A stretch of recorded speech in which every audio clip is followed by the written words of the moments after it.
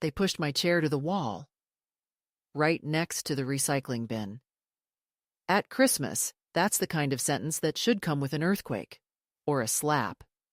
But it came with cranberry sauce and polite laughter. It came with, "Just for now, Mom, until we get more space." And that's the only spot where there's room for the extra chair. It came with Marianne's perfect voice, always just a little too smooth, like glass over rotten fruit. I didn't say anything. I sat. I nodded. I smiled the way they wanted me to smile. You learn that over time. How to be the quiet decoration in someone else's holiday. I'm 81 now. I live alone in a one-bedroom apartment above a laundromat that smells like soap and burnt lint. There's no fireplace, no garland on the walls, no mantel with stockings, just a narrow window and a folding chair where I sometimes drink my tea and pretend the sound of the washing machines below is the sea. But once, not so long ago, I was the one who hosted Christmas. I was the one who ironed the linen napkins until they were crisp enough to crack. I roasted turkeys the size of infants and made gravy from scratch. I set the table with name cards, not because anyone forgot where they sat, but because it made them feel special. I made people feel special. That was my gift. It's funny how fast that turns into an obligation, into a joke, into invisibility. The first year after Charles died, they were gentle. They invited me early and let me bring my famous sweet potato bake. The next year, Marianne said she'd handle everything, and maybe I should just bring myself. I told her I'd make cranberry sauce, the real kind with orange zest and cinnamon, and she smiled like I'd offered to bring a dead fish. "We already have some," she said. "The canned kind is what the kids are used to." That was the same year they got the new dining table. Glass and chrome, sleek, modern, cold. It seated 8, maybe 10 if you were thin. But we were 13 that year, and I was given the overflow seat, the folding chair, the extra. No one said it out loud, of course. No one said, "You're not important enough to plan for." They just let it show in the way no one noticed my plate had no butter knife, or that my water glass was a mismatched plastic one from the kids' cupboard. They made sure the wine flowed and the playlist hummed and the photos looked good for social media, but no one asked me to take a photo with them. I was in the room, but not in the memories. It started like that. Small things. You never notice the first shadow until it becomes the whole sky. This past Christmas, I wore the sweater Leah gave me 2 years ago, the one with little reindeer and a neckline that made me itch. She used to be the only one who sat with me after dinner, who asked me stories about how I met her grandfather, how her father used to cry when he scraped his knees. But now she's 16, and her phone is the only face she wants to look at. Still, I wore the sweater. Still, I brought a tin of cookies, even though no one asked. I'd bake them the old way, just like my mother taught me. Brown sugar, a pinch of salt, and never margarine.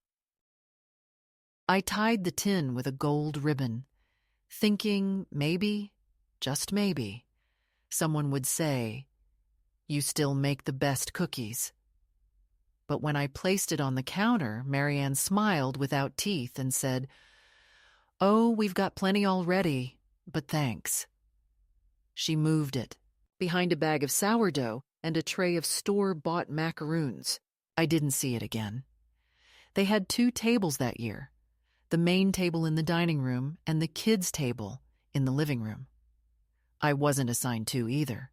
They brought in the metal chair again, set it by the wall near the window in the draft, where the fake tree leaned slightly like it had lost the will to stand straight. They placed a TV tray in front of me, not even a real table. I balanced my plate on my lap and smiled through the cold air on my ankles and the muffled jokes from the kitchen. The grandkids passed by me like I was a coat rack. My son, my only son, poured wine for everyone else and didn't ask if I wanted any. At one point, I stood up to help with the dishes, and Marianne said, "No, no, just rest. We've got it." But it wasn't kindness. It was dismissal. They didn't want me in the kitchen, didn't want me in the photos, didn't want me in the way. And I realized, really realized, that I was not part of the celebration. I was furniture. I was background. I watched as they opened presents, big boxes with ribbons and tags and receipts tucked safely underneath. They clapped for each other, exaggerated surprise and laughter. I handed my envelope to Leah quietly, the one with the savings bond, and the note in my handwriting. For books or for freedom, whichever comes first. Love always. Nana. She smiled and thanked me, but her eyes didn't meet mine. She folded the paper and slipped it into her pocket like it was a receipt. I felt old in a way that had nothing to do with years. I felt like a ghost. Not the spooky kind, just the kind people build traditions around and then forget to invite. I watched as they admired the new fondue set that Marianne's brother gave her, as they unwrapped matching flannel pajamas and board games no one would ever play. I watched, and I didn't say a word. But I had brought something else. A small package in my purse, wrapped in plain gold paper with a thin brown ribbon. I hadn't labeled it. I hadn't told anyone. It was the last family heirloom, my mother's locket. The one with the tiny photo of her and my father, the one I wore at my wedding. For years, they'd hinted. "Maybe one day you'll pass it down," Marianne once said with a wink. "It would be so sweet if Leah got it."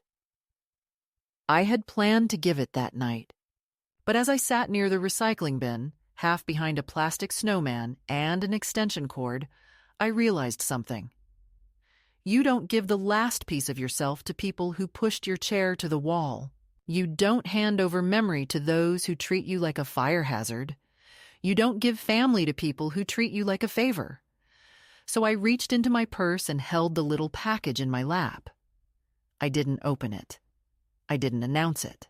I just sat with it there while they scraped plates into the trash and laughed about ski trips and traffic and how next year we'll book a cabin in Tahoe instead. And I thought, maybe I'll keep it. Maybe I'll sell it. Maybe I'll leave it in a shoebox with a note that says, "For the one who remembers to give me a chair with a cushion." That night, I didn't wait for dessert. I didn't wait for goodbye hugs. I stood up slowly, coat over my arm, purse heavy with the locket, and I walked out. No one followed. No one noticed. The snow was falling sideways, soft and sharp. I walked past the lit windows, past the garlands and wreaths, and I didn't look back. They had Christmas. They had the feast, the fire, the fondue. I had the gift they all wanted, and I kept it. Not out of spite, not out of bitterness, but because for the first time in years, I remembered. Some things you don't give away unless they've earned it. They didn't even notice I had left. That was the most revealing part. I waited. Outside their house, beneath the brittle Christmas lights strung too tightly across the porch, I waited for someone to step out, call my name, say, "Mom, are you all right?" But the door stayed closed. The laughter inside went on, muffled but bright. The sound of people enjoying themselves uninterrupted. My boots sank into the soft crust of snow that had fallen while we'd been pretending to be a family. I held my coat around me and walked to the end of the street where the ice hadn't been cleared and the sidewalk sloped toward the gutter. There was no plan. I hadn't stormed out. I wasn't angry in the way they always imagined I might be if I ever spoke up. Dramatic, accusatory, unhinged. Number. I was something much quieter. I was done. I walked for 2 blocks before I realized I was still carrying the tin of cookies I'd brought. I hadn't even opened it at the house. It was still wrapped, still tied with a ribbon, a tag dangling off the side that read, "With love, always." It struck me then as painfully funny that I had made those cookies with the same hands that had swaddled my son when he was a colicky newborn. The same hands that had cut the crusts off his sandwiches in the shape of stars, that had stitched his Halloween costumes by hand when we couldn't afford store-bought ones. Those hands had stirred, rolled, and baked for a family that now treated me like an optional accessory, something you take out once a year, pose near the fireplace, and quietly return to storage when the company leaves. The snow picked up. I wasn't dressed for the cold, not really. My coat was warm but thin, more suited for moving from car to house than wandering city streets. I turned onto a quieter road, past houses with their blinds drawn and wreaths hanging symmetrically on glass-paneled doors. Each window glowed like a scene from a movie. Couples setting out china, children in pajamas dragging new toys, grandmothers smiling beside their husbands, as if age came with guarantees. But behind one window, I saw an older woman sitting alone with a plate on her lap and a glass of wine. She was watching something on the television. She looked content, or maybe resigned. It was hard to tell from the street. I stood there for a long moment and realized I wasn't jealous of the ones with big tables and loud dinners. I was envious of her, because at least she was alone on her own terms. Eventually, I made my way to the bus stop. I didn't even check the schedule. I just sat on the cold metal bench beneath the awning and waited. It was nearly midnight. The streets were mostly empty, the kind of stillness that only happens on holidays, when everyone's tucked inside the illusion of closeness. A man passed by walking his dog, a golden retriever with a red scarf, and gave me a polite nod. I nodded back. He didn't ask if I was okay. He didn't need to. I must have looked like what I was, a woman sitting in the consequences of 100 small silences. The bus arrived. It hissed to a stop, and the driver blinked at me like he wasn't sure I was real. "You getting on?" he asked. I nodded, stepped inside, swiped my card. There was only one other passenger, a young man in a hoodie asleep against the window. I took a seat near the middle and watched as the world moved by in shadow and frost. I didn't know where I was going. That was the truth. But I knew I couldn't go back. Not to that house. Not to that chair by the wall. Not to a family that had decided I was too much to include, but not enough to grieve. At the transfer station, I stepped off, walked to a corner coffee shop still open for the late-night crowd. The girl behind the counter was no older than 20. She looked at me with kind curiosity, like maybe she wondered what I was doing there but didn't want to intrude. "You want something warm?" she asked. I ordered tea. I sat by the window and watched the street, the snow, the occasional headlights slicing through the dark. I thought of calling someone, but I couldn't think of a single person who wouldn't ask, "What happened now?" Or, "Are you sure you're not overreacting?" I wasn't overreacting. I was finally reacting. At some point, I opened my purse and took out the gold-wrapped box. I untied the ribbon. I opened it. The locket gleamed in the dim light. That small, oval piece of memory, the only thing left from my mother that hadn't been buried or donated. I ran my thumb over the clasp and opened it. The photo inside was faded, sepia-toned, soft at the edges, but still clear enough to see the smile in my mother's eyes. The same smile she wore when she told me on the day I got married. Don't let anyone take pieces of you for granted. Not even the ones who love you. Especially not them. I had forgotten that. I had forgotten so many things. I closed the locket, placed it back in the box, and put it into my coat pocket. Then I pulled out my wallet and stared at the bank card I hadn't used in years. It was from an account I kept hidden, not for secrets, just for safety. Derek and I opened it when Adam was 13, back when we still believed that saving for a rainy day meant something. I hadn't touched it since Derek died. But maybe this counted as rain. I searched train departures on my phone. There was one leaving at dawn. A slow train, northbound, long haul, no frills. I bought the ticket. I didn't think twice. I finished my tea, walked back into the snow and found a cab.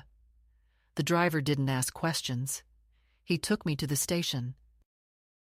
I sat in the waiting room, surrounded by sleeping travelers and flickering vending machines. At one point, I closed my eyes and imagined Marianne realizing I'd left.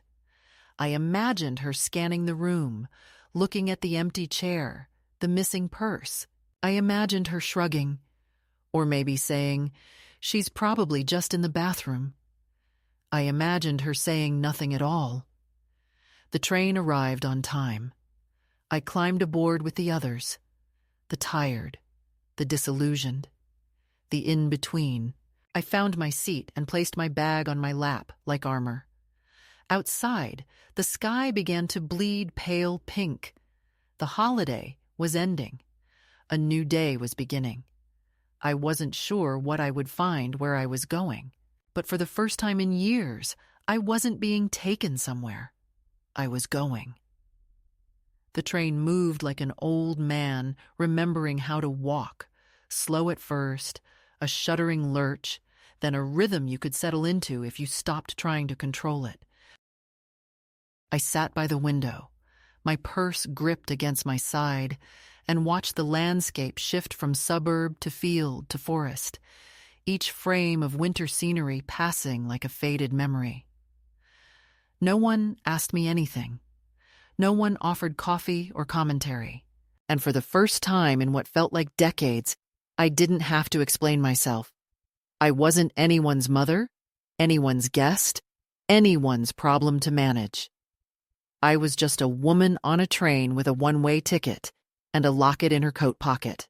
That anonymity felt sacred. I didn't cry. There was nothing left to cry about. Grief, in its most mature form, is not loud. It doesn't beg to be seen. It just sits beside you like an old friend, reminding you what you already know, that you are alone, that you are free. By the time we pulled into Portland, the sky had gone from dusty rose to slate gray. It was early evening, the kind of light that doesn't feel like a beginning or an end, just a suspension. I stepped off the train with no plan beyond motion. The air bit at my face, and I wrapped my scarf higher, clutching my small suitcase like it contained something precious, which it did. My second best shoes, a pillbox, a paperback I hadn't finished, and a set of pajamas I'd almost left behind. I stood on the platform for a long time, watching people reunite. Young men hugging tired mothers, toddlers running clumsily into arms, couples kissing with the urgency of apology or promise. No one was waiting for me. That was the point. I walked toward the taxi line and gave the driver the address of a motel I remembered from decades ago. A low-slung building with brown doors and faded signage that hadn't changed since Derek and I stayed there in the spring of '81 when we got stranded after a flat tire. I didn't know if it still existed. It did. It was $64 a night, and smelled like wet carpet and cigarettes disguised by floral cleaner. But the sheets were clean, the door locked properly, and the heater made a sound like a tired engine trying its best. I lay on the bed fully dressed and stared at the ceiling until sleep took me without permission. The next morning, I woke before dawn. My body still followed the rhythm of responsibility. Years of making coffee before anyone else rose, packing school lunches, setting out vitamins for a husband who stopped taking them halfway through the bottle. I moved quietly, out of habit, as if someone might scold me for noise. No one did. The silence was a companion now, not a punishment. I made coffee in the tiny in-room machine. It tasted like melted plastic, but it was hot, and I wrapped my hands around the cup like it was a truth I'd forgotten to hold. I went for a walk. My knees ached from the cold, but I didn't rush. The streets were unfamiliar and familiar at once, like seeing an old acquaintance you can't place. I passed a bakery with fogged-up windows and the smell of yeast and sugar leaking through the doorframe. I stepped inside. The woman behind the counter had the sturdy, no-nonsense look of someone who didn't care what you used to be, only what you needed now. She asked if I wanted anything warm. I ordered a scone and paid in cash. Exact change. "You new in town?" she asked. "Not exactly," I said. "Just new to being alone." She nodded, like she'd heard that one before, or something close enough. On the way out, I noticed a corkboard near the door with handwritten notes pinned in chaotic rows. Babysitting services, used furniture, guitar lessons.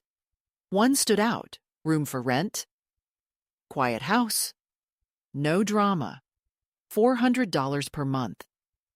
Call Joyce. The name was printed in block letters like someone trying very hard to be understood. I took a photo of the number, though I didn't know why. I walked until my legs begged me to stop. I sat in a park near a school playground and watched two squirrels fight over an acorn like it was gold. No one called me. I hadn't turned my phone on. I wasn't avoiding anyone. I just didn't want to hear their confusion masquerading as concern, their guilt trimmed in polite rage. By late afternoon, I called the number. The woman who answered sounded like someone who'd smoked too long and trusted too little. "You clean?" she asked. "Yes." "No boyfriends?" "Not since Reagan." She laughed. "You can come by." 4 o'clock. Don't be late. The address was 15 blocks away. I arrived 10 minutes early and waited by a blue gate covered in wind chimes. The house was weathered, like it had been holding itself up out of stubbornness, not structure. Joyce opened the door in slippers and a sweatshirt that said, "Don't ask." She looked me up and down. "You the old lady?" "I suppose I am. Come on in. Let's see if you're tolerable." The room was small. Twin bed, a dresser with 3 working drawers, a window that let in tired light. The house smelled like onions and floor polish. There was no charm to it, just reality. I handed her $400 in 20s from the envelope I'd hidden in the lining of my purse. She didn't count it. "You hungry?" she asked. I nodded. She made grilled cheese and tomato soup and didn't ask a single question about who I'd been or what I was doing there. That was the first kindness I'd received in months that didn't come with an implied deadline. Over the next few days, I began to take up space again. I folded my few clothes into the drawers. I bought tea. I swept the hallway without being asked. Joyce didn't hover. She grunted approval when I fixed the curtain rod and passed me half a sandwich without comment when I skipped lunch. We were not friends. Not yet. But she was company, and that was enough. I began looking at job boards, not because I needed money, I could stretch my savings if I stayed small, but because I needed motion. purpose. Something to put my hands on that wasn't the past. A small cafe 3 blocks away had a sign in the window. Help wanted. Mornings only. I walked in and asked. The woman behind the counter, Heather, had forearms like steel and a gaze like she'd already been disappointed by everyone once. "You got experience?" she asked. "I've made coffee, fed people, and not called in sick for 50 years. She raised an eyebrow. "Trial shift tomorrow, 6 to 11. Don't be late." That night, I ironed the only blouse I owned that still held a crease. I set out my shoes, the sturdy ones. I slept better than I had in weeks. In the morning, I arrived early. Heather handed me an apron and pointed. "No perfume? No opinions. Refill cups without being asked." I nodded. She softened just a breath. "You nervous?" "No," I said. "I'm 81. I've buried a husband, raised a son who hasn't called me in 2 months, and passed 3 kidney stones. This is just coffee," she smirked. Fair enough. By noon, my feet ached, but I was still standing. No one asked why I was working. No one questioned my hands. And when Heather handed me a towel and said, "Same time tomorrow?" I felt something in my chest unclench. I walked home slowly, the cold biting at my cheeks, my coat wrapped tight, and my steps heavy, but honest. No one knew where I was. No one had called, but I had survived another day without being anyone's burden. That, to me, was everything. I hadn't realized how long it had been since I had touched something that was purely mine until I folded that first paycheck into my wallet.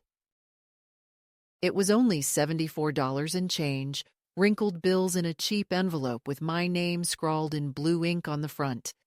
But it felt like gold, not because of the money, but because of what it meant. That I still existed outside of them, outside of the family who only remembered me when they needed a babysitter, a casserole, or a place to store resentment. I walked straight from the cafe to the bank, my coat still carrying the smell of eggs and burnt toast, and asked the teller, barely old enough to rent a car, to break it down into small bills. She looked at me like I was confused. I wasn't. I just wanted the satisfaction of counting them, feeling their edges, knowing I could buy something, anything, without asking or explaining or apologizing.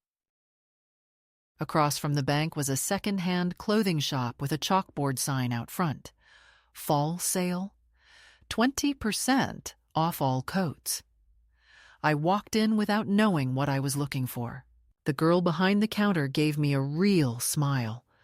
Not the strained politeness of family obligation, but something simpler, easier.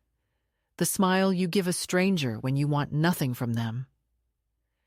"Looking for anything in particular?" she asked. I opened my mouth to say no, then heard myself say, "Something that makes me feel like myself again." She didn't laugh. She didn't blink. She just nodded and gestured to the back racks. I found it tucked between a pile of oversized parkas and thin wool jackets. A navy coat with a subtle herringbone pattern, wide lapels, and deep, deep pockets. I tried it on. It fit.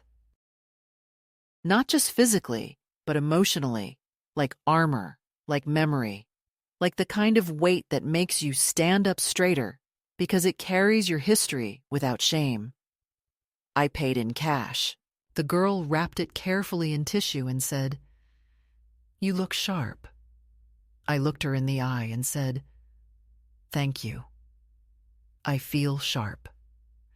That night, I wore it home even though the weather didn't require it. I wanted to feel the weight of it on my shoulders, to hear the whisper of its fabric as I walked. Joyce was sitting on the porch, a coffee mug of red wine in her hand, her cat Franklin curled like a judgmental slipper at her feet. "Look at you," she said, eyeing the coat. You steal that from a senator? Nope, I said. Bought it with my own money. She raised her mug. To women who buy their own damn coats.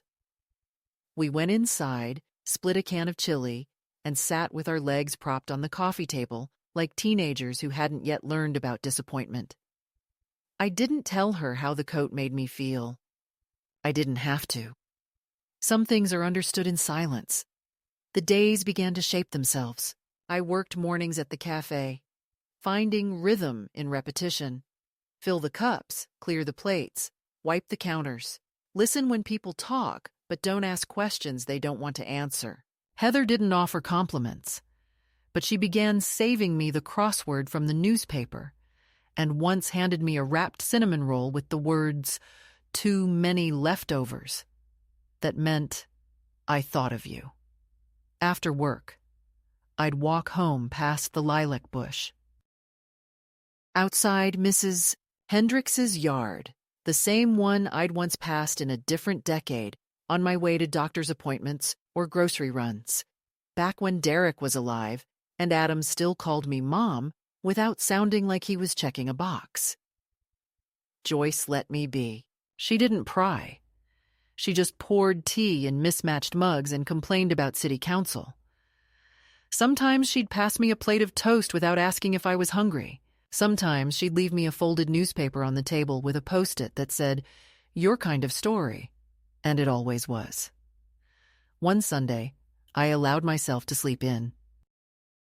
When I came downstairs, Joyce was on the porch, reading a gardening magazine with a pen tucked behind her ear, like she was preparing to argue with the articles. "You off today?" she asked. "Yes." "Good," she said. "You look like someone who forgot what rest feels like." I didn't disagree. Instead, I made coffee and sat beside her, both of us wrapped in old blankets, watching the sky shift from gray to something nearly blue. The silence wasn't heavy. It was a resting place. I thought of turning on my phone, checking for messages, seeing if Adam had noticed I was gone. But I didn't. I wasn't ready to let their noise back in. Instead, I opened a blank notebook I'd found in the dresser and began writing. Not letters, not stories, just fragments. Things I remembered. My mother's laugh. The way Derek used to hum when he made pancakes. The day Adam brought home a frog in his lunchbox and cried when I asked him to let it go. I wrote these things not to preserve them, but to remind myself they were mine. No one could edit them. No one could rewrite them into something more palatable for dinner conversation. I wrote until my hand ached, and then wrote some more. When I finally stopped, the sky had gone pale again, and Joyce was asleep in her chair, her mouth slightly open. Franklin tucked under her arm like a secret. Later that evening, I lit a candle on my nightstand. Not for mood, but for company. The room was small, but it held everything I needed. My coat, my notebook, a few clothes folded with intention, and silence I chose. I placed the locket on the dresser, open, the tiny photograph staring out at me with a kind of enduring kindness. I didn't know yet what I would do with it. Maybe I'd keep it. Maybe I'd mail it to Leah with a letter she wasn't old enough yet to understand. Or maybe I'd carry it with me every day as a reminder that value isn't something other people assign to you. It's something you claim. Outside, rain tapped against the window, like it had something gentle to say. I didn't feel old. I didn't feel lost. I felt new in a way I hadn't felt since before I was a wife, a mother, a placeholder. I was still rebuilding, yes, but I was building for myself this time. The letter arrived on a Wednesday. It was tucked among a pile of flyers and grocery store coupons Joyce had brought in from the mailbox, the usual mess of things people send when they don't really want to know how you are, but want to remind you they exist. At first, I thought it was just another bill, another printout disguised as something personal, until I saw the handwriting. Precise, sharp, slanted to the right, like someone trying very hard to stay calm. There was no return address, but I recognized it instantly. My son, Adam. My fingers hesitated over the envelope, not from fear, but from fatigue. The kind of deep, cellular weariness that comes not from one blow, but from hundreds of small ones, unspoken, accumulated over years until your bones begin to echo with them. I opened it slowly, sitting at the small kitchen table while Joyce muttered about a loose pipe under the sink, and read every word with a stillness I hadn't known I possessed. 6 pages.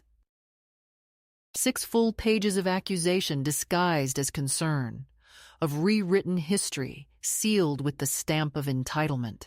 He wrote that they were devastated, that my disappearance had traumatized the family, that Lisa cried every night, that the grandchildren were confused and distressed. He used words like abandoned, irrational, selfish, and he did it with the careful cruelty of someone who believes himself reasonable. But what stood out most wasn't the language. It was the absences. Nowhere in 6 pages did he mention that they had left me by the recycling bin. Nowhere did he acknowledge the cold folding chair, the TV tray, the fact that no one had noticed when I slipped out into the snow. There was no apology, not even a shallow one. There was only the expectation that I should explain myself for leaving the very people who had quietly, efficiently, and without hesitation removed me from their lives long before I ever walked out the door. I folded the letter neatly and slid it back into the envelope. I didn't tear it. I didn't burn it. I left it in the drawer next to my notebook, under a receipt from the second-hand store and a spare key to the cafe. It didn't deserve fire. Fire is for things that matter. 2 days later, Kieran called.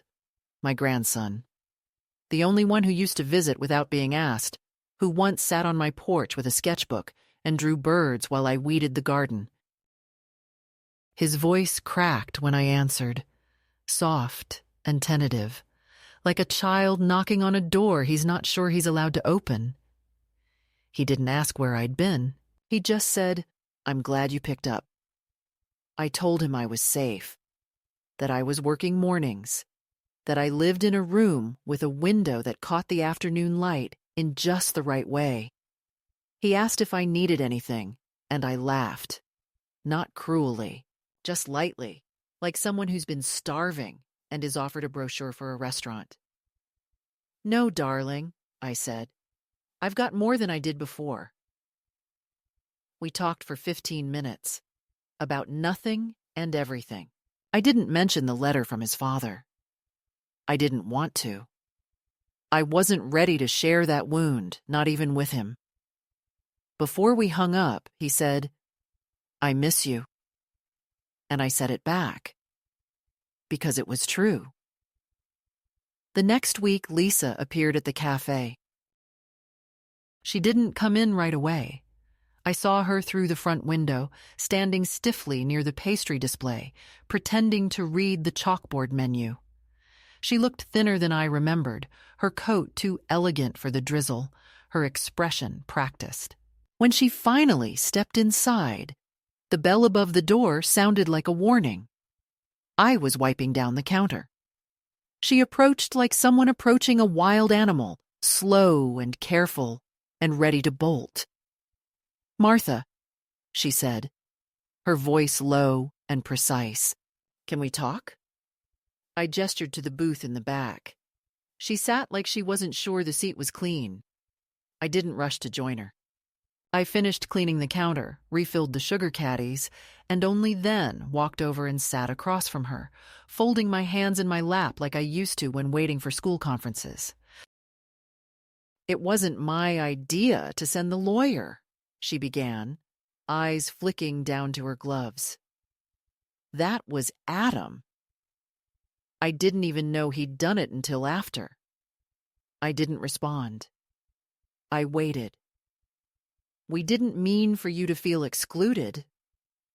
It was Christmas. The house was crowded. We thought you were just tired, that you needed a break. I looked at her, really looked, and saw the effort it took for her to sit across from me. Not because of guilt, but because of the loss of control. Lisa had always been about the image, the narrative, the structure. She didn't know how to handle the unpredictable. She reached into her purse and slid a small envelope across the table. It's from Kieran. He didn't know I was coming. I just thought I didn't touch it. Not yet. She looked up at me then, her eyes bright and hard. I wasn't trying to replace you, she said. I just didn't want your shadow in every room.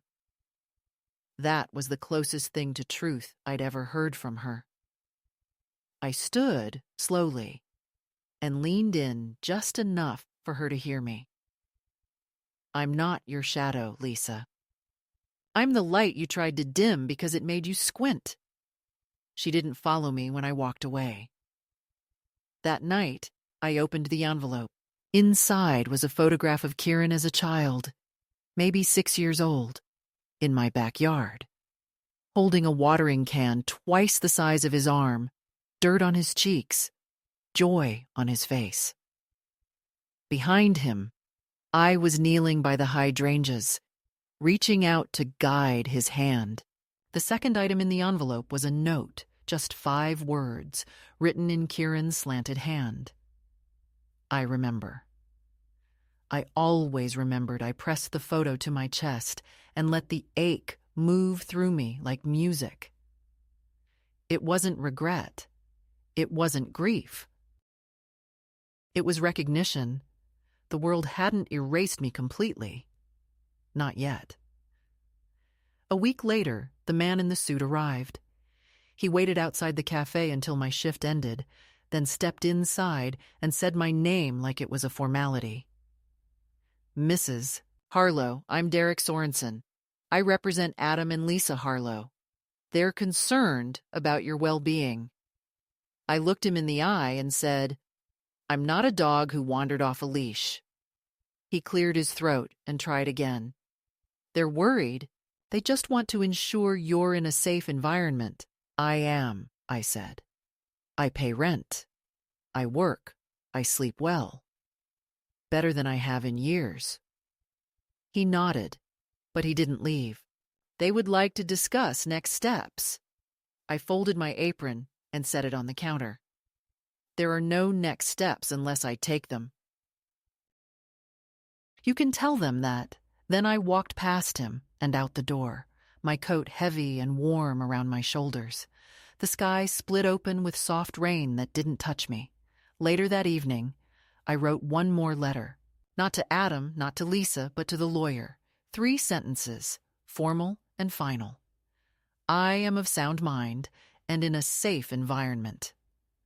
I have retained local legal counsel. Any further attempts to contact me under the guise of concern will be considered harassment.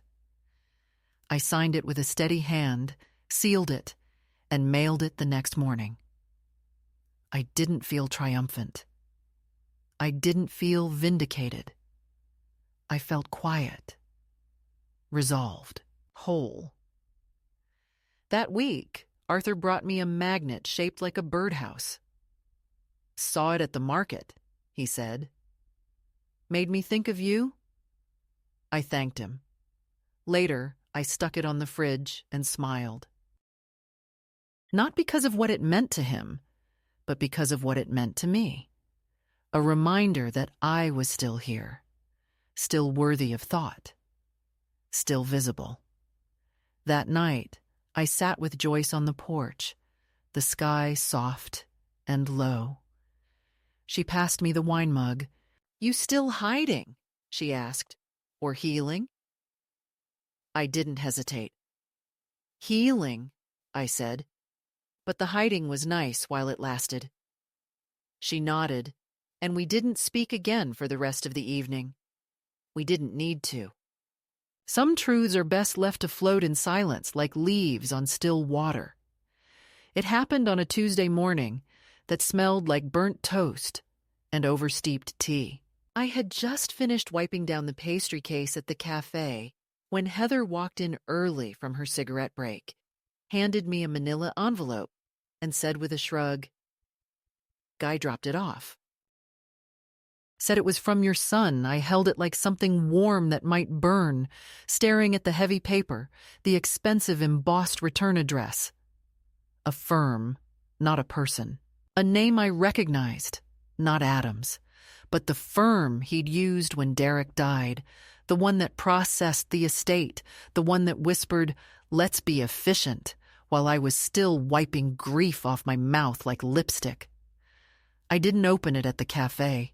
I put it in my purse, finished my shift, washed my hands with a trembling that didn't reach my face, and walked home with the weight of finality pressing between my shoulder blades. Joyce wasn't home. The living room was quiet, the kind of quiet that suggests the house is holding its breath. I sat down at the kitchen table and slid my thumb beneath the seal. Inside were documents. Legal, numbered, sterile. A draft of a motion. Custody request. Conservatorship application. The language was cold and dressed in the formal armor of concern, but the message was clear. They wanted control of me, of my finances, of my future, of the story they told the world. They had tried distance, guilt, silence, letters, visits, lawyers. Now they would try paperwork. I read every word without blinking. It was, in essence, an accusation disguised as protection. They cited my absence, my age, my sudden departure from the family. They mentioned my employment at the cafe, phrased it in a way that made it sound like a symptom of instability. They questioned my living arrangement, described Joyce's home as unregulated. They used words like vulnerable, deteriorating, at risk. There was no mention of the Christmas chair. No mention of the folding tray, the invisible place setting, the ignored departure. Only implication, construction, a carefully staged portrait of me as someone who had lost the thread. But I hadn't lost anything.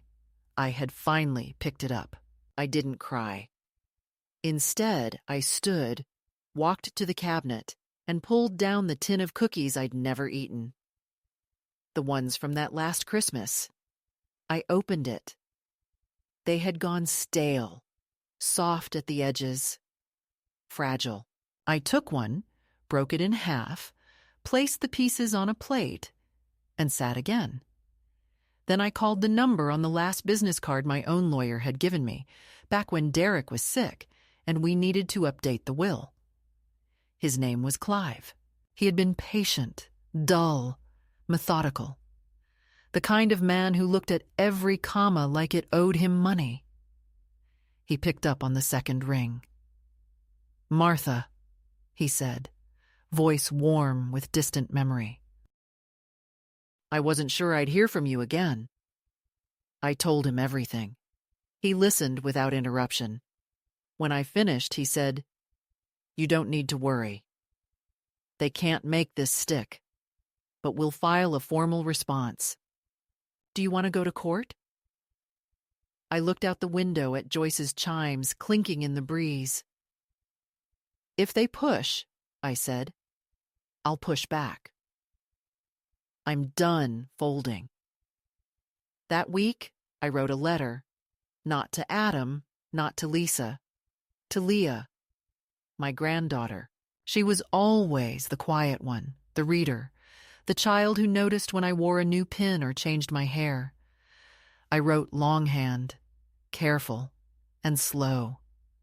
I didn't explain everything. Just enough. I told her that being a mother doesn't end, even when your child stops seeing you as a person. That being a woman means being judged for your strength and your silence in equal measure. I told her that inheritance isn't just jewelry and bonds, it's behavior. That if you teach people to ignore you long enough, they will.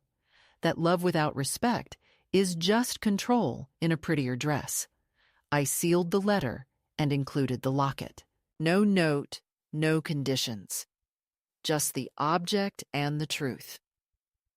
When the court date came, I arrived early, wearing the navy coat with the deep pockets. Clive met me outside with his usual beige tie and his weathered briefcase full of precision. Inside, the room was colder than I expected, all wood and glass and echoes. Adam was there, of course. Lisa sat beside him, perfectly composed, every inch of her hair telling the world that nothing was out of place. He looked older, tired, but not ashamed, just convinced. Convinced that I had failed some invisible test of gratitude. Convinced that I had slipped beyond usefulness into something inconvenient. The judge asked questions. I answered clearly, calmly, directly. Clive presented my employment records, my lease agreement, my medical statements. He read the letter Adam had sent and asked if the court could interpret tone. The judge raised an eyebrow. Lisa whispered something to Adam. He didn't look at me once. When it was over, the motion was denied. Unfounded, overreaching. The word dignity was used. So was autonomy. I left the courthouse without speaking to them. On the sidewalk outside, Joyce was waiting in her old green jacket, a cigarette in one hand and a thermos in the other. "Well," she said, "still yours then." I took the thermos, unscrewed the lid, and drank. Coffee, black, sharp, alive. Later that night, I sat at the kitchen table and opened my notebook. I wrote a list. Not of things to do, but of things I had reclaimed. My name, my choices, my breath, my space, my anger, my softness, my mornings. I thought about how many women I'd known who never got the chance. How many had disappeared so quietly, their own families forgot they were ever loud. I thought about my mother's hands, the way they used to rest on the table after dinner, folded but not resigned. I thought about the sound of my own voice in that courtroom. Steady, low, undeniable. I thought, this is what it means to be seen. Not loved, not needed, not used. Seen. It's quieter now, in a way that doesn't ache. The kind of quiet you choose. Not the kind that's handed to you like a punishment. Mornings begin slowly. I wake before the sun, the sky still wrapped in that bluish hush that reminds me of early church services and cold bathroom tiles. I stretch before I move. I speak my name aloud before I stand. Not because I think I'll forget it, but because for too long I lived in rooms where no one said it with care. I make tea. I read. I work 3 days a week at the cafe, though Heather says I can cut back if I want. I don't want to. I like the way customers hand me coins like they matter, the way some of them look at me like I belong there, like I'm not a question mark in a place meant for younger bodies. I like the rhythm, the noise, the ritual of plates and mugs and crumbs wiped away. It's honest work. Clean. And no one talks over me. When my shift ends, I walk home slowly, through streets that no longer feel foreign. I know the lilac bush by smell now. I wave to the woman who always sits on her porch with knitting she never seems to finish. I stop sometimes to buy bread I don't need, just for the weight of it in my bag, just to hand it to Joyce when I get home and say, for later. She always grunts, but she slices it thick and passes me butter without asking. We don't say much. but she leaves the porch light on when I'm late. The letter from Kieran came last week. Handwritten, 2 pages. He said he's starting college in the fall. He wants to study environmental policy. He said he remembers the time I took him to the creek behind the old library, the one with the frogs and the broken swing, and how I let him sit in the mud and told him dirt was honest. He said he wears the locket in his backpack, not around his neck, but close. He said he told his girlfriend about me, about who I really am. Not the ghost version, not the edited one, but me. I read the letter twice.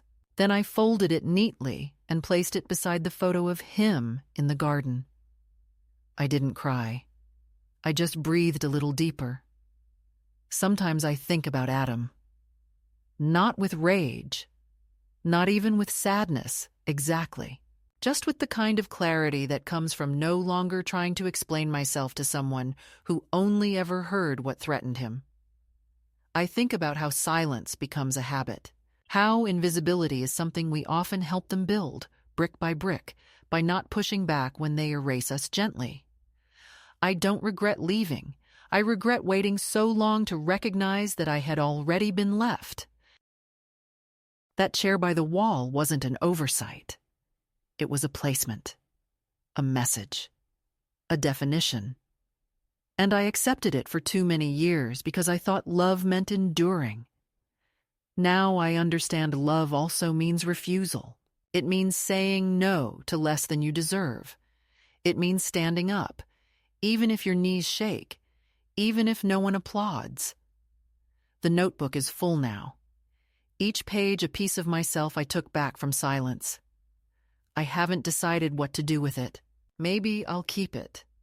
Maybe I'll send it to Leah when she's older, when she's grown into a woman, and the world begins to shrink her too.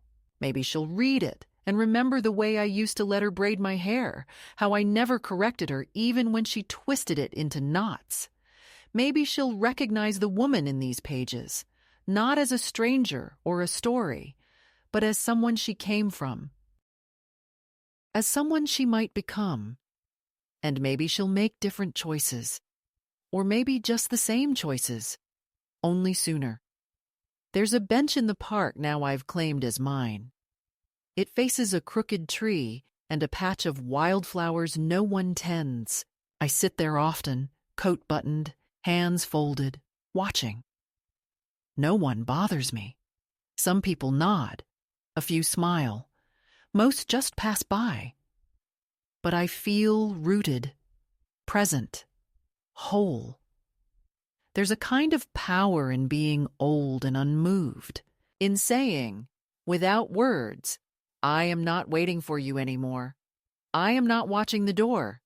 I am not hoping for the apology that will make it all make sense. Because it won't. Some people leave you in rooms with no chairs. Others build you a seat beside them, even when there's barely space. I've learned the difference, and I've chosen mine. So if someone like me is listening, if a woman sits somewhere reading these words and wondering if she's asking too much just by existing, let me say this. You are not a burden. You are not too much. You are not the cause of the silence. You are the one who finally broke it. And that breaking, that soft rupture, it is not shame. It is survival. It is self-rescue. It is the sound of a door unlocking from the inside. And when you walk through it, even if it's into snow, even if no one follows, know this. You are not lost. You are found. Not by them, by yourself.